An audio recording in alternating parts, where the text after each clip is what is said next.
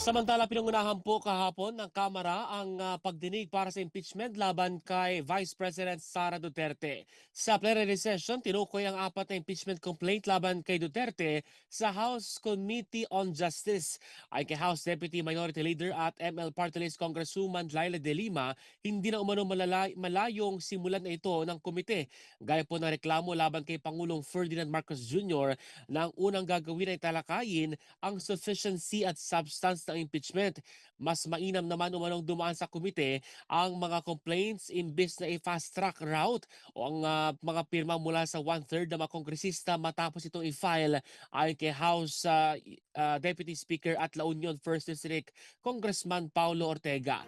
Common ground ng apat na complaint kontra kay Vice President Sara Duterte ang mali umanong paggamit ng confidential funds batay sa sinumpang salaysay ni Duterte na si Ramil Madriaga. Samantala, wala naman po umanong kabang dulot sa mga nag-endorso ng impeachment ang planong pagtakbo ng Pangulo maging Pangulo po ni Duterte sa 2028 lalo na walang itong epekto sa deliberasyon ng Committee on Justice.